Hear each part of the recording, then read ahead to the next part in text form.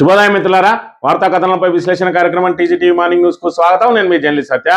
ముందుగా రాష్ట్రంలోని ప్రధాన వార్తలను కనుక పరిశీలించినట్లయితే, నమో నమో నరేంద్ర మోడీ, నా దేవుడన్నా నరేంద్ర మోడీ అన్నా, జై శ్రీరామ్. రేపేం వారం అన్నా, ఎల్లుండేం వారం అన్నా, ఆవలెల్లుండేం వారం అన్నా, రేపే గుడికి పోతామన్నా, ఎల్లుండే గుడికి పోతామన్నా, రేపే దేవునికి ఉపాసం ఉంటామన్నా, ఎల్లుండే దేవునికి ఉపాసం ఉంటామన్నా అని చెప్పి దేవుళ్ళ పేరు చెప్పి రాజకీయం చేస్తూ మరి ఇక్కడ ఏదైతే ప్రత్యర్థి పార్టీలకు సంబంధించి అభివృద్ధి విషయంలో కానీ మరి లేదంటే వాళ్ళు చేసినటువంటి ఆ ప్రజా సమస్యలను ఏదైతే ఆ ఎత్తి చూపే విషయంలో కానీ ఎలాంటి మరి ఇక్కడ అవగాహన లేనటువంటి ఒక వ్యక్తి కేవలం మరి ఇక్కడ యువతను రెచ్చగొట్టి జై శ్రీరామ్ పేరు మీద మరి ఓట్లాడుకుంటూ 2 సార్లు ఎంపీ అయి మరి కేంద్ర సహాయ మంత్రిగా ఎదిగిన వ్యక్తి ఈరోజు ఎవరినైతే దూషించిండో, ఎవరి కుటుంబాన్ని అయితే వ్యక్తిగత దూషణలకు పాల్పడ్డాడో మరి కర్మ ఫలంతో ఇవాళ మరి ఏదైతే తండ్రి 1 నెంబర్ అయితే కొడుకు 10 నెంబర్ అన్నట్టుగా ఇవాళ ఆయన చేసినటువంటి ఆ నీచమైన పనితోటి ఇవాళ ఒక మహిళల పట్ల మరొక మైనర్ బాలిక మీద అత్యాచార యత్నం చేసి ఇవాళ అడ్డంగా బుక్ అయి కర్మఫలాన్ని అనుభవిస్తున్నటువంటి మరి బండి సంజయ్ ఇంకా కూడా మరి ఏదైతే దేవుణ్ణి నేను నమ్ముతా, మరి నా కొడుకు ఏ తప్పు చేయలేదు, ఆయన చెప్పిండు ఖచ్చితంగా మరి ఆయన కడిగిన ముత్యంలాగా బయటికి వస్తారని చెప్పుకుంటూ ఎవరిని వదిలిపెట్టా అని చెప్పి భయభ్రాంతులకు గురి చేసే ప్రయత్నం చేస్తా ఉన్నాడు. ఇంకా కూడా బుకాయించే ప్రయత్నం చేస్తా ఉన్నాడు. ఇలా చూసుకున్నట్లయితే ఏ తప్పు చేయని నీ కొడుకును ఎందుకు చట్టబద్ధంగా నువ్వు పోలీసులకు అప్పగించడం లేదు? నువ్వే విచారణ కోరాల్సి ఉండే ఇవాళ కేంద్ర మంత్రిగా ఉన్నటువంటి బండి సంజయ్కి చట్టాల మీద నమ్మకం లేదా? ఎందుకు ముందస్తు బెయిల్ కోసం హైకోర్టుకు వేయండు?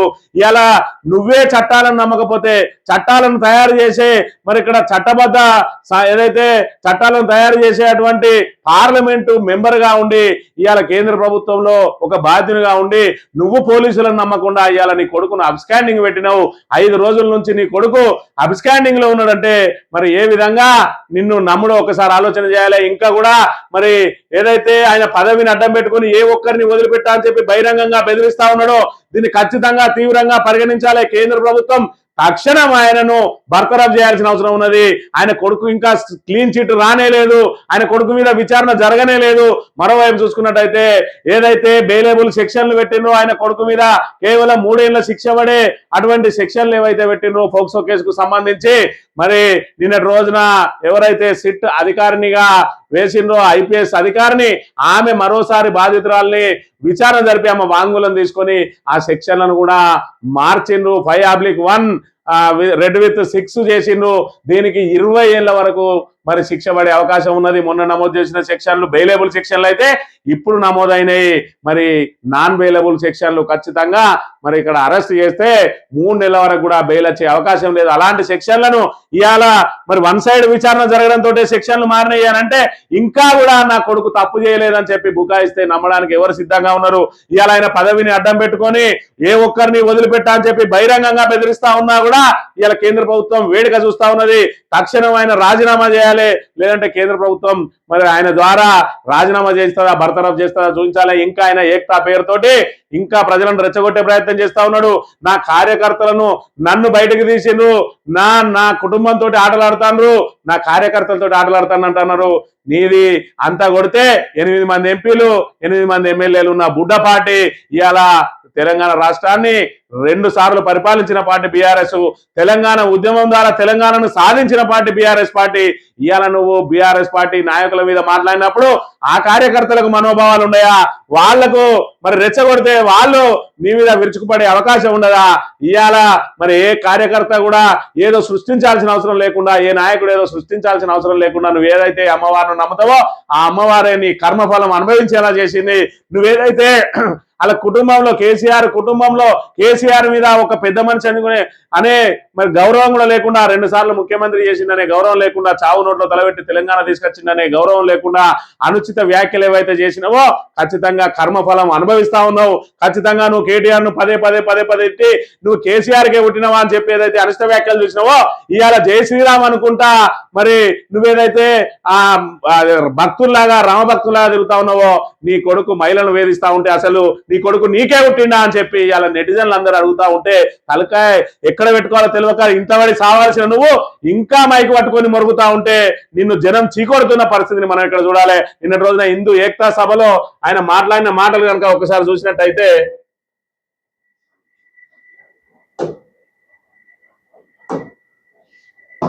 ఏ దారిలో నా భార్య వస్తున్నాను కుటుంబం అంతా తెలుస్తాను.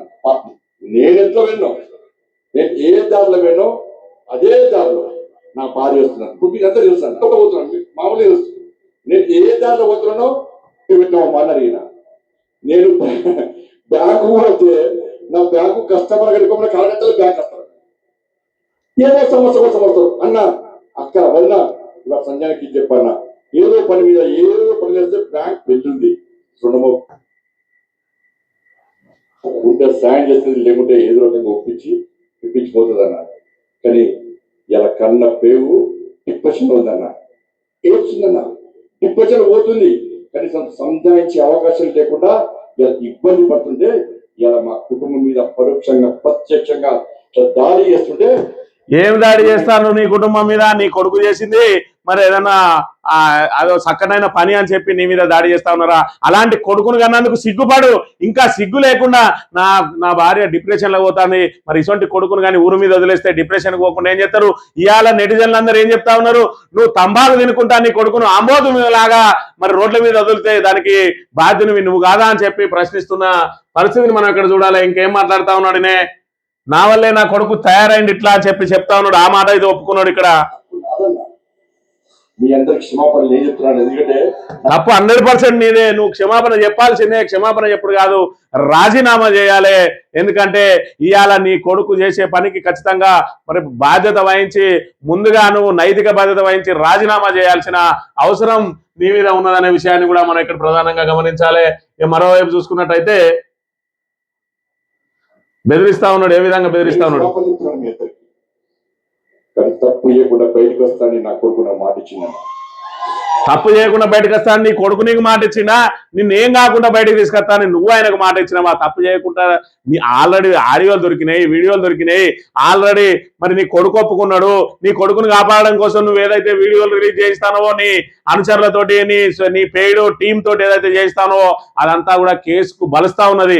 నీకేమో చదువు రాదే, మరి నీకు ఆ చట్టాలు ఏంటో తెలివయా? అవన్నిటిని తీసుకొచ్చి ఆ పొల్ల ఇష్టంతో నీకు అసలు ఫోక్సో చట్టం గురించి ఏమన్నా కనీస అవగాహన ఉన్నదా? ఒక్కసారి ఆలోచన చేయాలి. ఏమైనా నీకు చెప్పులు మోసుడు, జై శ్రీరామనుడు, మరి వాళ్ళని వీళ్ళని తిట్టుడు తప్ప ఏదన్నా నీ శాఖకు సంబంధించిన దాని మీద ఒక్కరోజన్నా అవగాహన చేసుకున్నావా అంటే నీకు పార్లమెంటులో ఒక్కసారి అవకాశం వచ్చింది సమాధానం చెప్పే అవకాశం. ఐటమ్ నెంబర్ 6 అని చెప్పి స్పీకర్ నిన్ను దాని మీద సమాధానం చెప్పమంటే పాస్ అన్న వ్యక్తివి, నీకు దాని మీద ఏం అవగాహన ఉంటది? ఇలా కేవలం జై శ్రీరామ్ జై శ్రీరామ్ జై శ్రీరామ్ అనుకుంటా ఇయాలేం వారం అన్నా రేపేం వారం అన్నా అని చెప్పి అంటాను. కానీ మరి ఇయాలేం వారం రా కొడుక, రేపేం వారం రా కొడుక, ఇవాళ ఆదివారంగా సంతోష్ మాత గుడికో, రేపు సోమవారంగా రాయన్న గుడికో, ఈ శనివారం గా వెంకటేశ్వర స్వామి గుడికో అని నీ కొడుకు చెప్పినట్టు అయి ఉంటే ఈ బాధ వచ్చిన వాడేం చెప్తాడు? ఆదివారం పబ్బుకు, సోమవారం క్లబ్కు, మరి ఇక్కడ మంగళవారం అదే ఫామ్ హౌస్ కు పోకుండా ఇవాళ మొత్తం ఆడపిల్లలందరినీ వేధించుకుంటా తిరుగుతా ఉన్నాడు. మరి ఇక్కడ నువ్వు తంబాకు తిని ఆంబోతు లెక్క వాడిని రోడ్డు మీద వదిలేస్తే ఇవాళ ఖచ్చితంగా కర్మఫలం అనుభవించి నువ్వు జై శ్రీరామ్ ముసుగులో, దేవుని ముసుగులో ఏదైతే మరి ఇక్కడ ఈ పాపానికి అడగాలని ప్రయత్నం చేస్తా ఉన్నావో మరి ఇక్కడ జనం కూడా అదే చెప్తా ఉన్నారు. ఖచ్చితంగా బండి సంజయ్ని బర్తరఫ్ చేయాలి, జై శ్రీరామ్. అదే విధంగా బండి కొడుకును తక్షణమే అరెస్ట్ చేయాలి, జై శ్రీరామ్. వాడిని ఖచ్చితంగా ఉరిశిక్ష పడేలా చూడాలి, జై శ్రీరామ్. ఇలాంటి విధవలను బీజేపీ నుంచి మరి డిస్మిస్ చేయాలి, జై శ్రీరామ్ అని చెప్పి ఇవాళ సోషల్ మీడియా అంతా కూడా జై శ్రీరామ్ నినాదాలతో నిండింది. జై శ్రీరామ్ అయితే నిన్ను తప్పులు చేసి జై శ్రీరామ్ అంటే నీ తప్పులు గడుపుకుంటావా? ఒక్కసారి ఆలోచన చేయాలి. అంతకంటే నీచమైన విషయం ఏంటంటే ఇవాళ బండి కొడుకుకు సంబంధించినటువంటి పోస్టర్లు వెలిసినాయి మరి రోడ్ల మీద. అబ్స్కాండింగ్ అట Bandi Bhagirath, son of union minister Bandi Sanjay involved in sexual assault on minor in Telangana. మరి అబ్స్కాండింగ్ లో ఉన్నాడు. ఎవరికైనా ఆచూకు తెలిస్తే సమీప పోలీస్ స్టేషన్ లో మరి ఇక్కడ సమాచారం ఇయ్యరని చెప్పి రోడ్ల మీద ఈ పోస్టర్లు పడ్డాయి. మరి ఇకనన్నా సిగ్గునదా నీకు? ఇవాళ చట్టాలను నమ్మే వ్యక్తిగా, చట్టాలను తయారు చేసే వ్యక్తిగా, ముఖ్యంగా హోంశాఖకు సహాయ మంత్రిగా ఉన్న నువ్వు నీ కొడుకును దాచిపెట్టి ఇవాళ పోలీసులను నమ్మడం లేదు అని అంటే మరి ఇక్కడ ఏదైతే నువ్వేదైతే మెయిన్ స్ట్రీమ్ మీడియా ఇవాళ చూసుకున్నట్టయితే మెయిన్ స్ట్రీమ్ మీడియానంతా కొనుగోలు చేసి తన కొడుకు సంబంధించిన అంశాన్ని బయటకు రాకుండా ఏదైతే ప్రయత్నం చేసిండో ఆ రోజులు పోయినాయి. ఇవాళ మెయిన్ స్ట్రీమ్ మీడియా రాష్ట్రాన్ని శాసించే శక్తి లేదు. ఇవాళ social media main stream media మీద మరి ఇక్కడ విజయం సాధించింది. అదే విధంగా చూసుకున్నట్టయితే ఇవాళ ప్రజా సంఘాలు అదే విధంగా ప్రతిపక్ష బీఆర్ఎస్ పార్టీ చేసిన పోరాటం ఫలించింది. దాంతో బెయిలబుల్ సెక్షన్ల నుంచి నాన్ బెయిలబుల్ సెక్షన్లుగా మారినాయి. ఖచ్చితంగా ఇలాంటి విధవలు ఎంత మరి మెయిన్ స్ట్రీమ్ మీడియాను మరి ఇక్కడ మేనేజ్ చేసిన ఇవాళ ఆంధ్రజ్యోతి, ఈనాడు, అదేవిధంగా V6 లాంటి బూట్లు నాకే పత్రికలు ఇవాళ కాంగ్రెస్ బీజేపీ నాయకుల బూట్లు నాకే పత్రికలు ఎంత కవర్ చేసినా మహా న్యూస్ లో మరి ఆ వంశీగాల్ లాంటి వాళ్ళు ఉల్టా అమ్మాయి మీదనే హనీ ట్రాప్ అని పెడితే చెప్పు అటు కొట్టినట్టు సమాధానం చెప్పిండు మెయిన్ స్ట్రీమ్ మీడియాకు. వాళ్ళు కనుక రోడ్డు మీద కనబడితే చెప్పులు దొరకొట్టడానికి కూడా ప్రజలు సిద్ధంగా ఉన్నారు అనే విషయాన్ని మనం ఇక్కడ ప్రధానంగా గమనించాలి. ఇక బీజేపీ నాయకులను కూడా చూసుకున్నట్టయితే గతంలో ఏ విధంగా రెండు మరి ఇక్కడ ఇలాంటి సంఘటనలు జరిగిన రోజున రఘునందన్ రావు లాంటి వాళ్ళు ఏదైతే స్వయం ప్రకటిత మేధావులు వీళ్ళు ఆ రోజు మరి బీఆర్ఎస్ హయాంలో ఇలాంటి పోక్సో కేసులు ఎవరైనా సామాన్యుల మీద నమోదైనా కూడా ఏ విధంగా స్పందించారో ఒకసారి చూడండి.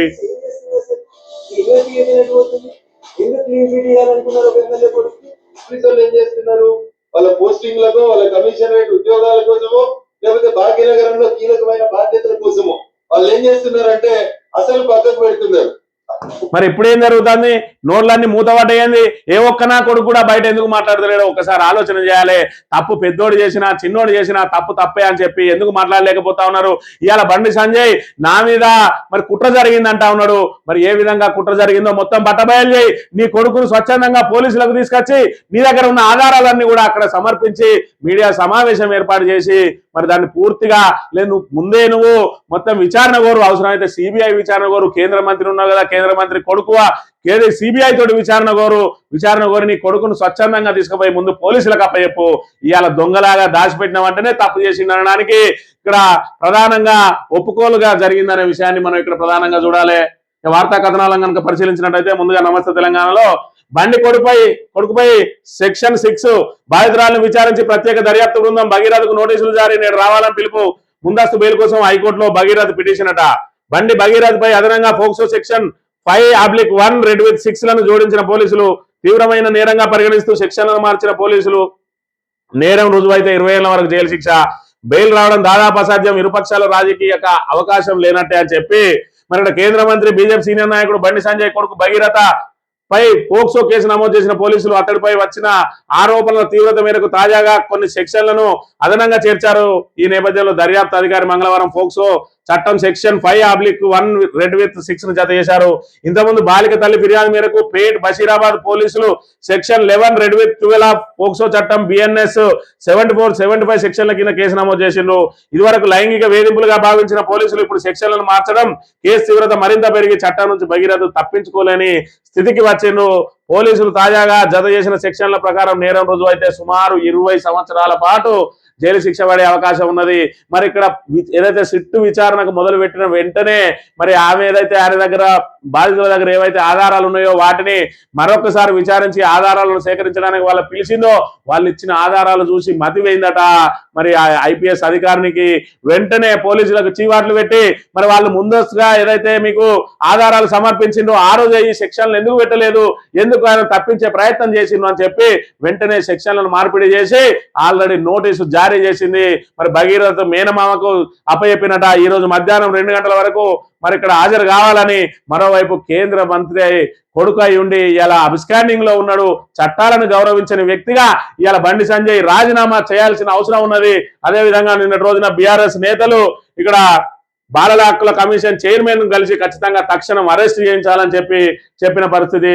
ఇక్కడ BRS పోరాటం, ప్రజా సంఘాల పోరాటం, బాధితురాలి పక్షాన అన్ని పక్షాలు కూడా మరి ఏదైతే అండగా నిలిచినాయి. ఇవాళ మెయిన్ స్ట్రీమ్ మీడియా మరి ఇక్కడ ఏదైతే బండి సంజయ్ విసిరే కుక్క బిస్కెట్లను తినుకుంటా మరి ఏదైతే ఈ కేసును నీరుగార్చే ప్రయత్నం చేసిందో ఇప్పుడు తెలంగాణలో అలాంటి పరిస్థితి లేవు. తెలంగాణ కాదు యావత్ దేశం మీద ఆ పరిస్థితి లేవు.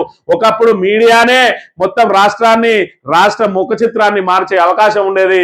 ఆనాడు చూసిన NTR కు వెన్నుపోటు పొడిచిన రోజున ఈనాడు దినపత్రిక, ఆంధ్రజ్యోతి దినపత్రిక చంద్రబాబు నాయుడుకు అండగా ఉండి మరి అక్కడ సమాచారాన్ని కేవలం పత్రికల ద్వారా మాత్రమే మరి ఇక్కడ బయటికి తెలిసే అవకాశం ఉన్న రోజులు అవి. ఆ రోజున ఏవి కూడా అందుబాటులో లేవు, టీవీ ప్రసార కార్యక్రమాలు అందుబాటులో లేవు, అదేవిధంగా సోషల్ మీడియా అందుబాటులో లేదు, సెల్ ఫోన్లు కూడా అందుబాటులో లేని పరిస్థితులలో పేపర్లో ఏది వస్తే అదే నిజమని నమ్మిన రోజున, ఆ రోజు 2-3 కూడా లేని రోజున 30 మంది వచ్చిండ్రు, 35 మంది వచ్చిండ్రు, 40 మంది వచ్చిండ్రు చంద్రబాబు శిబిరానికి అని చెప్పి మరి హోటల్ వైస్రాయ్లో మకాం పెట్టి 3 ఎమ్మెల్యేలతోటి మకాం పెట్టి మరి వాళ్ళను ఏదైతే 150కి పైచిలుకు వాళ్ళను మద్దతు సాధించగలిగిండు. దాన్ని అంతా కూడా ఏదైతే ఆ రోజు మరి ఎన్టీఆర్కు వెన్నుపోటు పొడిచిన దానిలో చంద్రబాబుతో పాటు ఈనాడు, ఆంధ్రజ్యోతి దినపత్రికలు ప్రముఖ పాత్రను పోషించినాయి. ఇవాళ బండి సంజయ్ని కాపాడడానికి కూడా మెయిన్ స్ట్రీమ్ మీడియా మరి అసలు ఏదైతే ఫోక్సో కేసును పక్కన పెట్టి ఇవాళ హనీ ట్రాప్ను ముందరికి తీసుకొచ్చి దాన్ని మెయిన్ స్ట్రీమ్ మీడియాలో ప్రచారం చేసి పాపం బండి సంజయ్కి అన్యాయం జరుగుతుందని చెప్పి ఏదైతే కలరింగ్ ఇచ్చే ప్రయత్నం చేస్తే ఇవాళ సోషల్ మీడియా మరి ఎక్కడికక్కడ చిత్తు చేసి మెయిన్ స్ట్రీమ్ మీడియాను చెప్పుతోటి కొట్టినట్టుగా అసలు వాస్తవాలన్నీ బయటకు తీసుకొస్తే ఇవాళ మెయిన్ స్ట్రీమ్ మీడియా ఓడిపోయింది, సోషల్ మీడియా విజయం సాధించింది, ఇవాళ బీఆర్ఎస్ విజయం సాధించింది. ఇవాళ ఏదైతే 3 ఏళ్ల వరకు శిక్ష పడే అవకాశం ఉన్నటువంటి సెక్షన్ 11 మరి ఏదైతే ఉన్నదో అది 5/1 రెడ్ విత్ 6 ఏదైతే మారిందో అక్కడనే సోషల్ మీడియా విజయం సాధించింది. ఇవాళ సోషల్ మీడియా తోటి అనేక అనర్థాలు జరుగుతూ ఉండవచ్చు, కానీ సోషల్ మీడియా ద్వారా ఇలాంటి ఏదైతే తొక్కబడి పడుతున్నా మరి ఇక్కడ బడాబాబుల చేతుల లోపల నుంచి వాటి బయటికి రాకుండా విషయాలను తొక్కేస్తున్న మెయిన్ స్ట్రీమ్ మీడియా మరి వాటి లొసుకులను కూడా బయటపెట్టడానికి ఇవాళ సోషల్ మీడియానే దిక్కైందనే విషయాన్ని మనం ఇక్కడ ప్రధానంగా గమనించాలి. అందుకే రేవంత్ రెడ్డి ఇంత అసహనంగా ఎందుకుంటా ఉన్నాడో మనం చూస్తా ఉన్నాం. నేను మెయిన్ స్ట్రీమ్ మీడియానంతా కూడా మేనేజ్ చేస్తా ఉన్నా కూడా నా తప్పులన్నీ బయటకు వస్తానని చెప్పి ఆయన ఏ విధంగా అయితే బాధపడతా ఉన్నాడో ఇవాళ బండి సంజయ్ కూడా యూట్యూబ్ ఛానళ్లను వాళ్ళను కూడా కొనడానికి ప్రయత్నం చేసిండు. తొలివేలికి రఘు లాంటి వాళ్ళు మరి ఏదైతే రేవంత్ రెడ్డికి అనుకూలంగా బీజేపీకి అనుకూలంగానే ఉంటారు, అయినా కూడా నన్ను కూడా మేనేజ్ చేయడానికి ప్రయత్నం చేసిండ్రు అని చెప్పి ఏదైతే అందరూ మన సోషల్ మీడియా వాళ్ళందరూ కూడా మరి ఏదైతే బండి సంజయ్ కొడుకు ఆకృత్యాలను బయట పెట్టడంతో తనను కూడా మేనేజ్ చేయడానికి ప్రయత్నం చేసిందని చెప్పి తాను కూడా మరి అసలు విషయాలు ఏంటో బయట పెట్టడానికి ప్రయత్నం చేసిండు. ఈ రకంగా ఇవాళ సోషల్ మీడియా ఎంత ప్రభావం చూపింది. ఇవాళ బండి ఏదైతే నాకు మాటలు వస్తాయి, నేను నోటికి వచ్చినట్టు మాట్లాడతా, చిల్లర మాటలు మాట్లాడతా, నా మాటలకు ఎలాగో విలువ లేదు, మరి నేను ఏది మాట్లాడితే అది జనాలను రెచ్చగొట్టడానికి మాత్రమే, ఆ తర్వాత ఎవడెక్కడ పోతుంది, నా కొడుకు మంచిగా BMW కార్లలో తిరగాలి, వీళ్ళందరూ కేసుల పాలు కావాలని చెప్పి మొన్నటి రోజున కౌశిక్ రెడ్డి మీద అందరిని ఎగేసి ఏదైతే కేసుల పాలు చేసిందో ఇవాళ ఆయన చేసిన కర్మఫలం ఆయన కొడుకు మొత్తానికే బయటికి రాకుండా అయిపోయింది. ఇవాళ ఎవరినైతే దూషించిండో నువ్వు నిజంగానే కేసీఆర్కు పుట్టినవా అని కేటీఆర్ ఏదైతే అన్నారో ఇవాళ యావత్ సమాజం నిన్ను భగీరథ నీకే పుట్టిండా, గింత మంచిగా జై శ్రీరామ్ అని తిరిగే నువ్వు నీ కొడుకు ఆడవాళ్ళని నువ్వు రేపులు చేస్తా ఉన్నాడు అని అంటే నిజంగా నీకు పుట్టినోడేనా అని చెప్పి ఇవాళ యావత్ సమాజం నిన్ను ప్రశ్నించదా? ఒక్కసారి నువ్వు ఆలోచన చేసుకోవాలి బండి సంజయ్. ఇవాళ హిందుత్వ పేరుతోటి ఇవాళ ఏదైతే గౌరవప్రదమైన హిందుత్వంలో నువ్వు అనుచిత వ్యాఖ్యలు చేస్తే చూసినవా ఇవాళ నీకు ఏ గతి పట్టిందో ఒక్కసారి ఆలోచన చేసుకోవాల్సిన అవసరం ఉన్నది. ఇవాళ నా కార్యకర్తలను ఇబ్బందులు పెడతానన్నావు, నీ పార్టీకే ఒక కార్యకర్తలు ఉంటారా? బీఆర్ఎస్ ఇవాళ కేసీఆర్ ను కేటీఆర్ అంటే బీఆర్ఎస్ కార్యకర్తలు ఎంతగా బాధపడి ఉంటారో ఒకసారి ఆలోచన చేయాలి.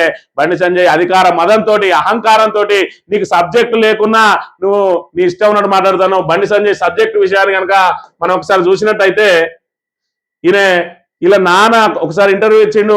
మీ నాన్న ఏం చేస్తారు అంటే మా నాన్న గవర్నమెంట్ టీచరు ఇరిగేషన్ డిపార్ట్మెంట్లో పనిచేస్తారు అంటాడు.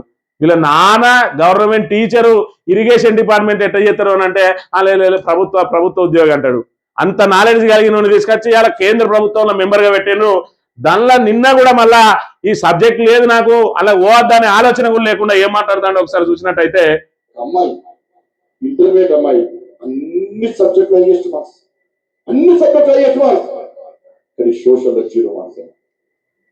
90% సోషల్లో 0 మార్క్స్. ఇది తప్ప కాదా? ఆ అమ్మాయి కలెక్టర్ కావాలి, నేను IPS కావాలని చెప్పి వాళ్ళ ఉన్న తల్లిదండ్రులు పేద కుటుంబం పొలమమ్మి పుస్తలమ్మి అన్నమ్మి ఆ పిల్లను డాక్టర్ చేయాలి, IPS చేయాలి, IAS చేయాలంటే గత ప్రభుత్వం మూర్ఖత్వం వల్ల పిల్ల 0 మార్క్స్ వస్తే ఆత్మహత్య ప్రయత్నం చేస్తుంది. ఇది బండి సంజయ్కు ఉన్న నాలెడ్జి. ఇంటర్మీడియట్ లా అన్ని సబ్జెక్టులలో పాస్ అయిందట, సోషల్లో ఫెయిల్ అయిందట. అసలు ఇంటర్మీడియట్ లో ఏమేమి సబ్జెక్టులు ఉంటాయి? నిజంగానే మరి సోషల్ సబ్జెక్టే అనుకుంటే మరి HEసో లేకపోతే CEసో ఇవి తీసుకున్నారు అనుకుంటే అన్ని సోషల్ సంబంధించిన సబ్జెక్టులే ఉంటాయి. మరి అన్ని సబ్జెక్టులు పాస్ అయ్యి సోషల్లో ఫెయిల్ అయిందట. అదేవిధంగా కలెక్టర్ కావాలనుకున్నదట, ఐపీఎస్ అయి కలెక్టర్ కావాలనుకున్నదట, లేకపోతే డాక్టర్ కావాలనుకున్నదట. డాక్టర్ కావాలనుకునే అమ్మాయి మరి బైపీస్ తీసుకుంటుందా, మరి హెచ్ఈస్ తీసుకుంటుందా, సిఈస్ తీసుకుంటుందా, ఒకసారి ఆలోచన చేయాలి. ఇంత తెలివి కల్లోడు ఇవాళ కేంద్ర మంత్రి అయి కరీంనగర్ ప్రజలు ఏ విధంగా ఆయనను మరి ఇక్కడ ఆయనను భరిస్తాడో ఒకసారి ఆలోచన చేయాలి. ఇంత అసమర్థుడు, ఇంత అవివేకి ఈయన జనానికి ఏం చెప్పదలుచుకున్నాడు? ఒక్కటే, జై శ్రీరామ్, జై శ్రీరామ్. రేపేమో వారం, రేపు దేనికి ఉపాసం ఉంటావు, ఎల్లుండేం వారం, ఎల్లుండి దేనికి ఉపాసం ఉంటావు అని చెప్పుడు ప్రత్యర్థి పార్టీ వాళ్ళను నోటికొచ్చినట్టు తిట్టుడు. బండి వద్ద బండిస్తాం, కారు వద్ద కారు ఇస్తాం, మీ ఫర్నిచర్ వద్ద ఫర్నిచర్ ఇస్తాం అని చెప్పి అసలు దానిలో ఏముంటది? అసలు వీళ్ళకు జిహెచ్ఎంసీలో ఒకవేళ అధికారంలోకి వస్తే మేయర్కు ఏం అధికారాలు ఉంటాయో కూడా తెలియదు. అసలు ఈయన శాఖకు సంబంధించి ఇప్పటి వరకు ఆయన ఏం చేసినో కూడా తెలియదు. ఈయన శాఖకు మరి సహాయ మంత్రి కాబట్టి ఈయన ఏమనుకుంటున్నానంటే అమిత్ షాకు నేను సహాయం చేయాలి, ఆయన ఎప్పుడన్నా మనూరుకి వచ్చి గుడికాల చెప్పులు ఇడిచి పెడితే ఆ చెప్పులు మోసుడే నా పని అనుకుంటాడు తప్ప ఈయనకు కేంద్ర హోంశాఖ అంటే దాని మీద ఏమేమి ఉంటాయో తెలియదు. ముందటో 2 కార్లు, వెనుకో 2 కార్లు ఉంటాయి. ఎప్పుడన్నా అమిత్ షా వస్తే చెప్పులు మొయ్యాలి, తర్వాత కేసీఆర్ను తిట్టాలి, జై శ్రీరామ్ అనాలి. అంతకు తప్ప ఈయన ఇప్పటి వరకు ఏమన్నా చేసిండా, ఏ కార్యక్రమాలన్నా చేసిండా, పోనీ మనకు నిధులు వచ్చే విషయంలో ఏం చేయాలనే ఆలోచన ఉన్నదా? కనీసం ఈయనకి హిందీ వస్తుందా? పార్లమెంట్లో ఒక్కరోజన్నా మాట్లాడిండా ఈ ఎంపీ అనే విషయాన్ని మన తెలంగాణ ప్రజానీకం ఆలోచించుకోవాలి. ముఖ్యంగా కరీంనగర్ ప్రజలు ఆలోచన చేసుకోవాలి. ఇక 71,000 మందితో సభ్యత్వ నమోదట. డిజిటల్ బాటలో బీఆర్ఎస్ పూర్తి స్థాయి కసరత్తు. సభ్యత్వ నమోదు కోసం జిల్లాల వారీగా ఇన్ఛార్జీలు, ప్రతి నియోజకవర్గానికి రాష్ట్ర కమిటీ సమన్వయకర్త, ప్రధాన కార్యదర్శుల పర్యవేక్షణలో ప్రత్యేక శిక్షణ. గ్రీన్ సిగ్నల్ ఇచ్చిన బీఆర్ఎస్ పార్టీ అధినేత కేసీఆర్ రాష్ట్రంలో పార్టీ బలోపేతంపై నాయకులకు దిశానిర్దేశం. ఎర్రవల్లిలో 6 గంటల పాటు సాగిన కీలక సమావేశం అని చెప్పి ఇవాళ ఎన్ని బూతులు అయితే ఉన్నాయో బూత్కి 2 చొప్పున 71,000 మంది మరి వాళ్ళకు రాష్ట్ర వ్యాప్తంగా బూత్ ఇన్ఛార్జీలను పెట్టి వాళ్ళందరితోటి మరి వాళ్ళందరికీ ట్రైనింగ్ ఇచ్చి వాళ్ళ ద్వారా మొత్తం సభ్యత్వ నమోదు చేయించాలి అని చెప్పి మరి పెద్ద ఎత్తున మరి ఇక్కడ సభ్యత్వ నమోదు మీద పడ్డది. పార్టీ పునర్వ్యవస్థీకరణ, పార్టీలో మరి ఏదైతే యువరక్తాన్ని నింపి ఖచ్చితంగా ఈ ఏదైతే కాంగ్రెస్ ప్రభుత్వ ప్రజా వ్యతిరేక విధానాలను పోరాడడానికి ఇక పూర్తి స్థాయిలో సన్నద్ధం కావాలని చెప్పి నిన్నటి రోజున దిశానిర్దేశం చేసిండు కేసీఆర్ గారు అనే విషయాన్ని మనం ఇక్కడ చూడాలి.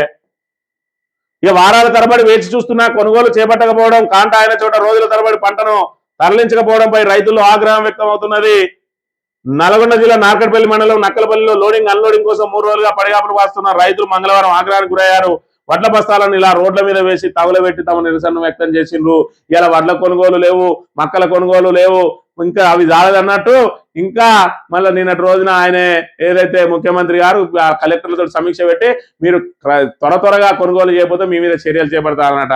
మరి ఏదైతే ముఖ చిత్రం బయటికి కనవాడేదేమో త్వర కొనుగోలు చేయాలి, లోపల నుంచి కలెక్టర్లకు చెప్పేదేమో మెల్లమెల్లగా కానీ ఇప్పుడు ఏమెత్తిపోతలేదు, రైతులు కావాలంటే దళారులకు అమ్ముకుంటారు, మీరేం తొందరపడకుండా అని చెప్పి ఈ రకమైన పిఆర్ షర్ట్లతోటి ఇలా రైతులను ఏ విధంగా వేధిస్తా ఉన్నదో ప్రభుత్వం ఒక్కసారి చూడాలి. అది చాలదన్నట్టు క్వింటాల్ వడ్లకు 10 కిలోలు కోత అన్నట. మరి గతంలో మాట్లాడిన బీఆర్ఎస్ హయాంలో మొత్తం కోత చేస్తాను, తాలు తప్పతోటి కోతలు పెడితే మేము సహించేది లేదని ఇవాళ చెప్పాలి. మరి మంత్రి నియోజకవర్గంలో ఉన్నటువంటి మంత్రి ఎమ్మెల్యే దుద్దిల శ్రీధర్ ఏంటిది ఇది, ఇక్కడ ఏదైతే క్వింటాలకు సుమారు 10 కిలోలు కోత జరుగుతుందట. ఏం బిక్తాను మీరు అందరూ, ఎందుకు మరి వీటిని అడ్డుకుంటలేరు? ఒక గింజ కూడా కట్ చేయమన్నారు. ఇవాళ ఏమైతా ఉన్నది, హైదరాబాద్లో తిరుక్కుంటా ప్రజలను గాలి కొదిలితే దళారులు ఇవాళ దోచుకు తింటా ఉన్న పరిస్థితిని మనం ఇక్కడ చూడాలి. ఇక 20 లక్షలకు నీట్ పేపర్, రాజస్థాన్ లో లీకులు, పరీక్షను రద్దు చేసిన కేంద్రం. నీట్ యూజీ పేపర్ లీక్ తో ఎన్టీఏ కీలక నిర్ణయం, పరీక్ష మళ్లీ నిర్వహిస్తామన్న ఏజెన్సీ వారంలో షెడ్యూల్, సిబిఐ దర్యాప్తులకు కేంద్రం ఆదేశం అని చెప్పి మళ్ళీ నీటు పేపర్ లీక్ అయిపోయింది. మరి ఇప్పటి వరకు ఏదైతే సుమారు 23-25 లక్షల మంది ఈ నీట్ ఎగ్జామ్ రాసిండ్రు. ఇప్పటి వరకు దానికోసం ప్రిపేర్ అయ్యి మరి ఆశగా ఎదురు చూస్తూ ఉంటే, ఫలితాల కోసం ఎదురు చూస్తూ ఉంటే రాజస్థాన్ లో పేపర్ లీక్ అయిందట. అది చూస్తే దానికి సంబంధించిన పేపర్ ఆల్రెడీ ఢిల్లీకి పంపబడ్డది. దాంతో పాటు ఇంకెక్కడెక్కడికి పోయిందో అని చెప్పి మరి ఆ నీటును రద్దు చేసిండ్రు. మళ్ళీ ఇప్పుడు విద్యార్థులకు మళ్ళా పరీక్ష పెట్టబోతా ఉన్నారు. మరి ఇప్పటి వరకు వాళ్ళు ఎంతో మెంటల్ స్ట్రెస్ అనుభవించి మరి ఇక్కడ దేశవ్యాప్తంగా విద్యార్థులందరూ పరీక్షలు రాస్తే కనీసం ఆ పేపర్ లీకును అరికట్టలేకపోతా ఉన్నది ఈ కేంద్ర ప్రభుత్వం, మరి దద్దమ్మ ప్రభుత్వం అనే విషయాన్ని మనం ఇక్కడ ప్రధానంగా చూడాలి. ఇక కన్సల్టెంట్ల ముసుగులో కొలువుల భర్తట. శ్రీనిధి నియామకాలపై దుమారం. ఒక్కొక్క పోస్టును సుమారు 20 నుంచి 25 లక్షలకు అమ్ముకుంటానట. ఇది శ్రీనిధిలో ఉన్నటువంటి పోస్టులను కూడా ఇక రైతు డిస్కంలోను ఆంధ్ర వాళ్ళే పాగా వేసేందుకు అనేక మంది ఆప్షన్లు ఇప్పటికే ఏదైతే కరెంట్ డిపార్ట్మెంట్ కు సంబంధించి డిస్కంలు ఏవైతే ఉన్నాయో అన్నిట్లో ఆంధ్రలో పెత్తనమే జరుగుతూ ఉన్నది. ఆఖరికి సలహాదారులు కూడా ఆంధ్రలోనే పెట్టుకుంటా ఉన్నాడు. ఎందుకంటే మన ముఖ్యమంత్రి ఆంధ్రలకు దాసోహం కదా, అక్కడ ఉన్నటువంటి చంద్రబాబు నాయుడుకు మరి దాసోహం అయిన శిష్యుడు కాబట్టి అక్కడ అప్పట్లో చూసుకున్నట్టయితే అదే యనమల రామకృష్ణుడుకు కాళ్ళకాడ కూర్చున్న ఫోటోలు అనేక సార్లు చూసిన రేవంత్ రెడ్డి ఆ ఆంధ్రలకు దాసోహం అని చెప్పి అలా ఆంధ్రుల చేతిలో తెలంగాణను పెడతా ఉన్న పరిస్థితిని మనం ఇక్కడ చూడాలి. ఇద్దరు ఆటో డ్రైవర్లు బలి, ఆర్థిక ఇబ్బందులతో వేర్వేరు చోట్ల ఆత్మహత్య. జగిత్యాల జిల్లాలో ఒకరు, రాయన్న సిరిసిల్ల జిల్లాలో మరొకరు. అందులో ఒకరు తండ్రి దినకర్మ రోజే పాపం బలవన్మరణం అట. ఆటో డ్రైవర్లను అయితే గోస ఉచ్చుకుంటా ఉన్నారు. ఏదైతే ఉచిత బస్సు ద్వారా ఆటో డ్రైవర్ల వాళ్ళ ఉపాధికి గండి పడ్డదో వాళ్ళకు ప్రత్యామ్నాయ మార్గం చూపిస్తా అని ఏటా 12,000 ఇస్తా అని చెప్పి నమ్మబలికి ఇవాళ వాళ్ళ ఆత్మహత్యలన్నీ ఖచ్చితంగా సర్కారు హత్యలుగానే భావించాల్సిన అవసరం ఉన్నది. మనం ఇక కానామెట్లో భూ కబ్జా 50 కోట్ల విలువైన 1400 గజాల స్థలంపై పెద్దల కన్ను. ఆ భూమి తనదేనంటూ ఫెన్సింగ్ కూల్చిన కబ్జాకోరులు వెనుక పెద్ద సార్ ఉన్నాడంటూ బౌన్సర్లతో బెదిరింపులు. 2 వారాలుగా తిష్టవేసి వేధిస్తున్నారని బాధితుల ఆవేదన. ఫిర్యాదు చేసినా పట్టించుకొని మాదాపూర్ పోలీసులు. ఎవరు పట్టించుకుంటారు? కంచే చేను మేస్తే కాసేది ఎవరు అన్నట్టు నీకు ఇక్కడ ఇవన్నీ ఏదైతే ఫెన్సింగ్లు ఎత్తే ఏం లాభం, అసలోడే కాపాడాల్సినోడే వీటిని ఎగబడి తింటాంటే ఎవరు కాపాడతాడు? ఇలా రెవెన్యూ మంత్రి భూ కబ్జాల మంత్రిగా మారిండు. ఆ భూ కబ్జాల మంత్రికి పెద్ద సారు ఆయన తమ్ములు పార్ట్నర్లుగా మారిండు. వీళ్ళందరూ కూడా తెలంగాణలో ఎక్కడ విలువైన భూమి కనబడితే అక్కడ దోషక తింటా ఉన్న పరిస్థితిని అయితే మనం చూడవచ్చు. సాక్షి దినపత్రిక విషయానికి వస్తే మోదీ వార్నింగ్, వణికిన మార్కెట్ల 2 రోజుల్లో 16 లక్షల కోట్లకు పైగా సంపద ఆవిరి. క్రూడ్ సెగా మార్కెట్ పతనంతో పాతాళానికి రూపాయి. ప్రధాని మోడీ పొదుపు చర్యల పిలుపుతో దేశంలో ప్రకంపనలు. పశ్చిమాసియా యుద్ధ ప్రభావంతో క్రూడ్ ధర మరింత పైపైకి. నేడో రేపు పెట్రోల్ ధరల మోత ఖాయమంటున్న పరిశీలకులు. మోదీ సూచనలతో ఉపశమనం తాత్కాలికమేనని అభిప్రాయాలు. వినియోగం తగ్గితే ఆర్థిక వృద్ధికి దెబ్బ తప్పదంటున్న నిపుణులు. స్టాక్ మార్కెట్లో ఇన్వెస్టర్లకు దిక్కుతోచని పరిస్థితి. బంగారం కొనాలా వద్దా అని సామాన్య ప్రజల్లో ఆందోళన. కొనుగోళ్లను తగ్గించేందుకు దిగుమతి సుంకాలు పెంచే ఛాన్స్ అట. మరి ఇక్కడ చూసుకున్నట్టయితే మన ఆర్థికం సంక్షోభంలో ఉన్నదని ఏదైతే ప్రకటించిండో మనం బయట నుంచి విదేశీ వస్తువులను దిగుమతి చేసుకోవద్దు, విదేశీ టూర్లు పెట్టుకోవద్దు, పెట్రోల్ డీజిల్ ను తగ్గించండి, బంగారం కొనడం బంద్ చేయండి అన్నతోటి స్టాక్ మార్కెట్లు కుప్పగొల్లినాయి. 16 లక్షల కోట్లు పైగా సంపద ఈ మదుపర్లది ఆవిరైపోయిందట. నీట్ పరీక్ష రద్దు అని చెప్పి ప్రింటింగ్ ప్రెస్ నుంచే లీక్ అట. మరి ప్రింటింగ్ ప్రెస్ ఎసొంటోళ్ళకి ఇచ్చింది అనేది కూడా బుద్ధి ఉండాలి కొంచెం అన్నా. మరి ఆ ప్రింటింగ్ ప్రెస్ కు ఎవడు వారికి సంబంధించినోనికి ఆ టెండర్లు ఇచ్చి విద్యార్థుల జీవితాలతోటి ఇక్కడ ఆటలాడుతున్న పరిస్థితిని మనం ఇక్కడ గమనించాలి. ఇక ఎన్టీఏకి ఇది కామన్ అట. జాతీయ ఉమ్మడి ప్రవేశ పరీక్షల నిర్వహణలో మరోసారి వైఫల్యం. నీట్ రద్దుతో 22,79,000 మంది విద్యార్థుల ఆవేదనలో. తెలంగాణలో 71,000 మంది, ఏపీలో 58,000 మంది హాజరు. తెలంగాణలో 71,000 మంది అట. విద్యార్థులకు ఇతర కోర్సుల ప్రవేశాల అవకాశాలపైన ప్రభావం. 2024లోనూ ఇదే అనుభవం. పరీక్ష ఆన్లైన్ లో నిర్వహించడమే పరిష్కారం అంటున్న నిపుణులు. ఏం చేసినా మరి ఇక్కడ ఇలాంటి విధవలు ఉన్నంత కాలం అది జరుగుతూనే ఉంటుందనే విషయాన్ని మనం ఇక్కడ గమనించాలి. ఇక కలెక్టర్ల పైన చర్యలకు వెనుకాడమంట. ధాన్యం కొనుగోలులో నిర్లక్ష్యం చేస్తే చర్యలు అని చెప్పి ఇది కేవలం పిఆర్ స్టంట్ మాత్రమే. ఎందుకంటే రేవంత్ రెడ్డి మస్తు ప్రజల కోసం కలెక్టర్లనే తిట్టిండు అనే ఇది రాయించుకోవడానికి, పేపర్లలో రాయించుకోవడానికి తప్ప వెనుక నుంచి జరిగేది మాత్రం ఇవాళ ప్రభుత్వమే కొనుగోలు చేస్తా అంటే కలెక్టర్లు ఎందుకు ఆగబడతారు? ఒకసారి చేయాలి. డబ్బులు ఇస్తా అని చెప్పి నువ్వు ఖజానాలో డబ్బులు పెట్టు, రేపు ఒకటే రోజు మొత్తం ఎక్కడి నుంచి లారీలు తెస్తారా, ట్రాక్టర్లు తెస్తారా, ఇంకేం తెస్తారో ఒక్కటే రోజుల కొనుగోలు పూర్తి చేయమని కలెక్టర్లు ఎక్కడికక్కడ స్పెషల్ అధికారులను పెట్టి ఒకటే రోజులో కూడా కొనుగోలు పూర్తి చేసే అంత సత్తా ఉన్న అధికారులు ఉన్నారు. ఇవాళ నీ చేతగాని దద్దమ్మ ప్రభుత్వం ఇవాళ కలెక్టర్ల మీద నెపనెట్టి మరి ఇక్కడ ఈ పిఆర్ స్టంట్ చేసుడు కాక చిత్తశుద్ధితో పనిచేయాల్సిన అవసరం ఉన్నది. ఈ ప్రభుత్వంపై తీవ్ర వ్యతిరేకత. పాలన చేతగాక కాంగ్రెస్ క్రమంగా కనుమరుగవుతోంది. బీఆర్ఎస్ అధికారంలోకి రావడం ఖాయం. పార్టీ ముఖ్యులతో బీఆర్ఎస్ అధినేత కేసీఆర్ ఇంట్లో కూర్చోకుండా ప్రజలతో మమేకమై పనిచేయాలని పిలుపు. డిజిటల్ పద్ధతిలో పార్టీ సభ్యత్వ నమోదుకు ఆదేశం. మరి ఇక్కడ ప్రభుత్వంపై తీవ్ర వ్యతిరేకత కాదు, తీవ్ర అంటే ఇంకా చిన్న పదం అవుతుంది, తీవ్రమైన వ్యతిరేకత ఉన్నది.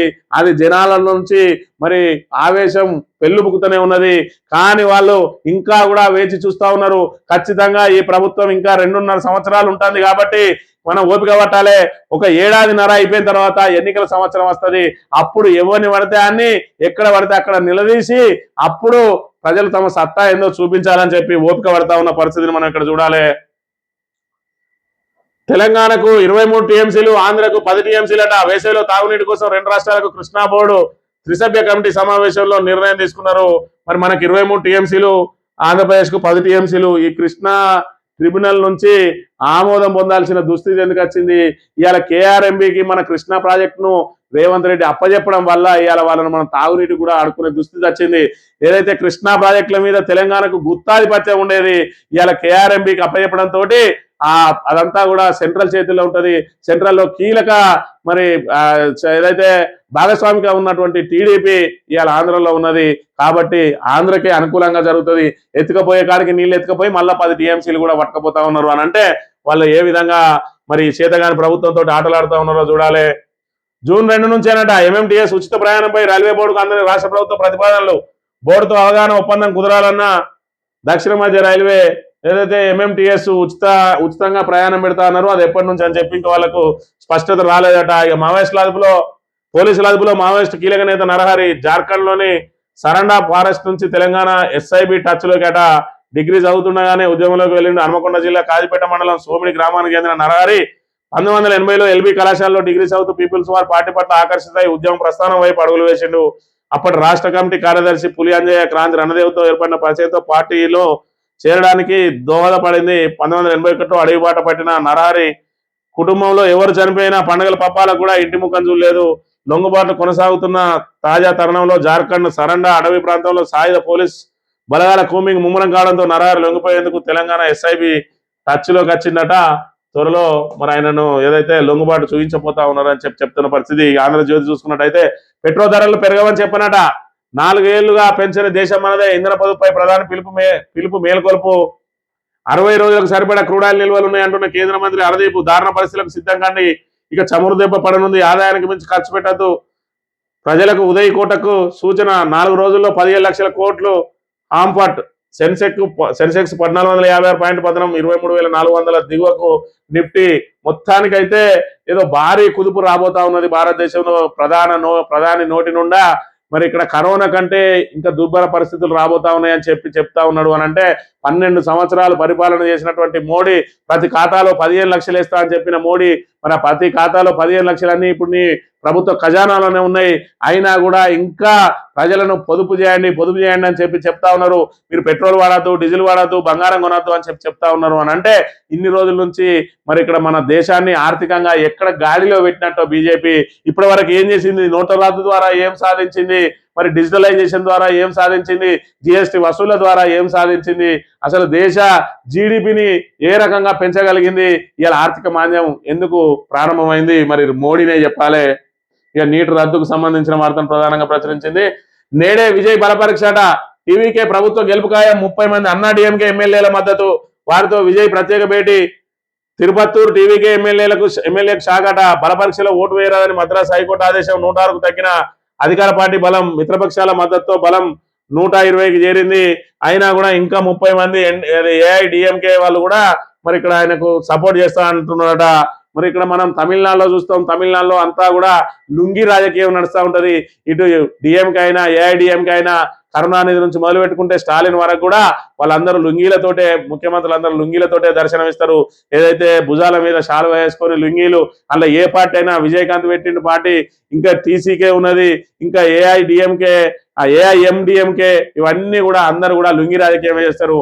మరి యూత్ను ఆకర్షించడానికి యూత్నే మరి ఇక్కడ లక్ష్యంగా చేసుకుని రాజకీయాల్లోకి వచ్చినటువంటి విజయ్ మరి ఆయన హావభావాలు, ఆయన రూపం కూడా మరి మార్పు అంటే తమిళనాడులో ఖచ్చితంగా మార్పును చూపిస్తా అని చెప్పి మరి ఇక్కడ ఏదైతే సూటు బూటుతోటే ఇవాళ రాజకీయాలు చేస్తా ఉన్నాడు.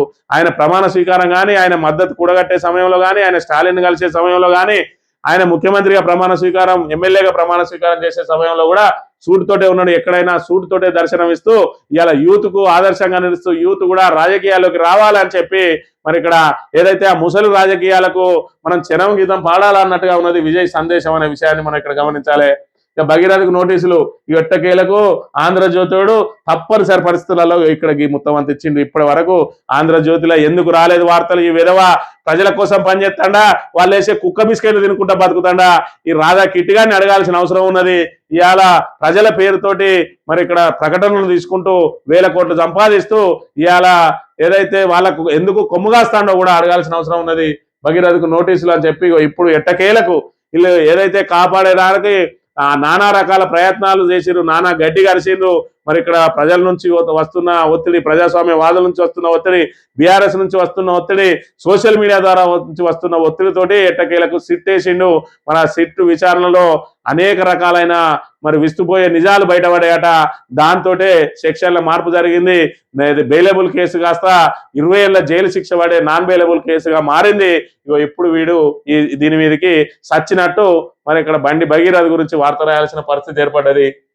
ధాన్యం కొనుగోలు ఆగద్దు, ఎవరు ఆపుతారు, వాళ్ళకి ఏం పని, మీరు పైసలు కనుక అక్కడ రైలు పెట్టిరు, మీరు ఏదైనా మంచిదే, ఇగో గింత కావాలి, గింత టార్గెట్ లేదు, ప్రతి గింజను కొనుగోలు చేయరని చెప్పి కలెక్టర్లకు మన స్పష్టమైన ఆదేశాలు ఇస్తే వాళ్ళు తక్షణం కొనుగోలు చేయరా? ఎందుకు ఈ దొంగ నాటకాలు ఒక్కసారి ఆలోచన చేయాలి. పనిచేసే వారికి సభ్యత్వం, కష్టకాలంలో జెండా మోసే కార్యకర్తలకే ప్రాధాన్యం. డిజిటల్ సభ్యత్వ నమోదట 70,000 మందితోటి సభ్యత్వ నమోదు కార్యక్రమాన్ని ప్రారంభించబోతా ఉన్నారు.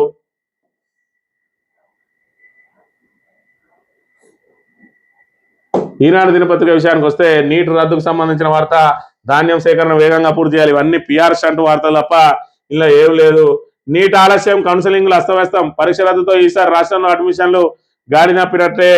మరి ఇక్కడ వేరే కోర్సులకు పోవాలన్నా కూడా ఇవాళ నీట్ అనేది మళ్ళీ అడ్డం కాబోతా ఉన్నది. ఇప్పటికే ఆలస్యం అయింది అని అంటే మళ్ళీ ఇప్పుడు పునః పరీక్ష నిర్వహించాల్సిన దుస్థితి ఏర్పడ్డదనే విషయాన్ని మనం ఇక్కడ గమనించాలి. అన్నా డిఎంకేలో చీలిక, విజయ్కి మద్దతు ఇస్తున్నట్లు వేలుమడి షణ్ముఖ వర్గం ప్రకటన, వారితో ముఖ్యమంత్రి భేటీ. మొత్తంగా మరి ఇక్కడ బీజేపీ ఏదైతే అలా కల్లోలం అయితే సృష్టించగలిగింది తమిళనాడులో, ద్రవిడ పార్టీల ఆధీనంలో ఉన్నటువంటి తమిళనాడులో చీలిక తీసుకొచ్చి ఇవాళ వాళ్ళ మధ్య వైషమ్యాలు సృష్టించి కొత్తగా వచ్చిన ఏదైతే విజయ్ పార్టీ ఇవాళ అధికారం చేపట్టడానికి బీజేపీ చేసిన పాచికలు కూడా ఒక కారణం అని చెప్పవచ్చు.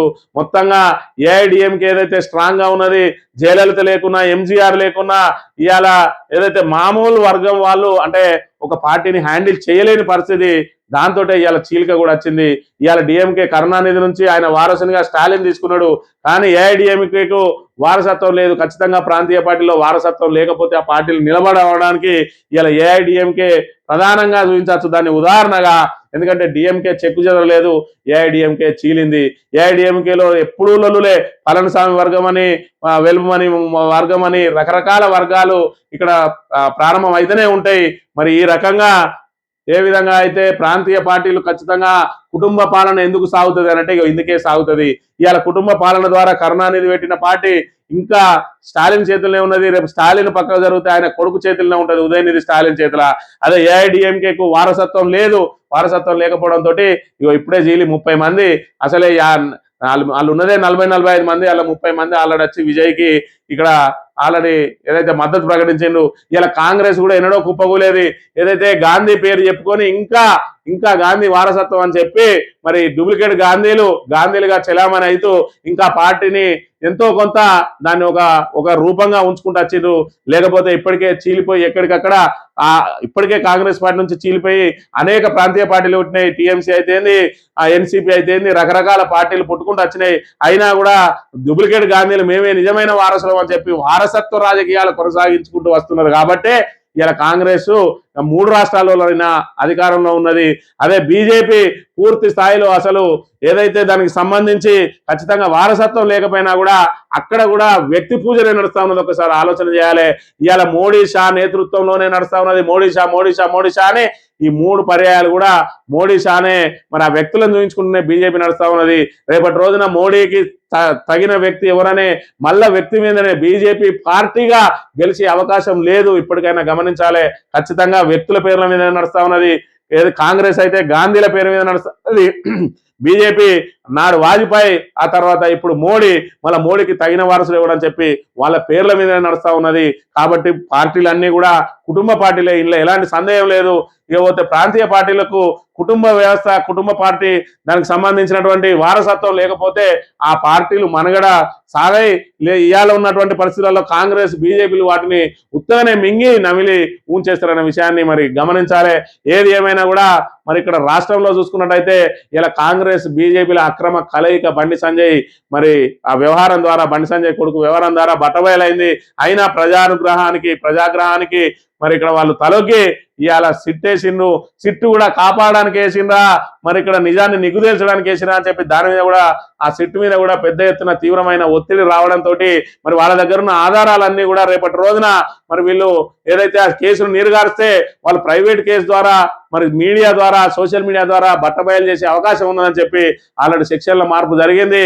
మరి ఇక్కడ 20 ఏళ్ల శిక్ష పడే నాన్ బెయిలబుల్ కేసు నమోదైంది. బండి సంజయ్ ఎన్నిసార్లు దేవుడిని అడ్డం పెట్టుకొని మరి రాజకీయాలు చేసినా చూస్తా ఉన్నాం. ఇవాళ కేసులకి వెళ్ళి దేవుడిని అడ్డం పెట్టుకుంటే వదిలేసే ప్రసక్తే లేదు. అది ఎట్టి పరిస్థితుల్లో దేవుడిని అడ్డం పెట్టుకుంటే ఇవాళ పునీతుడు కాడు అనే విషయాన్ని బండి సంజయ్ గమనించాలి. ఇప్పటికైనా నోటి దూల తగ్గించుకొని నువ్వు నీ హద్దులలో ఉండకపోతే నీ రాజకీయ భవిష్యత్తు ఆల్రెడీ పూర్తిగా నాశనం అయిపోయింది. ఇక నువ్వు కోలుకోవడం కష్టం అని చెప్పి ఇప్పటికైనా తెలుసుకొని నేల విడిచి సాము చేయడం మానుకొని నేల మీద నడిచి నీ తప్పొప్పుకొని ప్రజలకు క్షమాపణ చెప్పి ఖచ్చితంగా రాజీనామా చేయాలి, లేదంటే బీజేపీ బర్తరఫ్ చేయాలని డిమాండ్ చేస్తూ ఇది ఈరోజు మార్నింగ్ న్యూస్ తెలియపలుతాం. Thank you very much.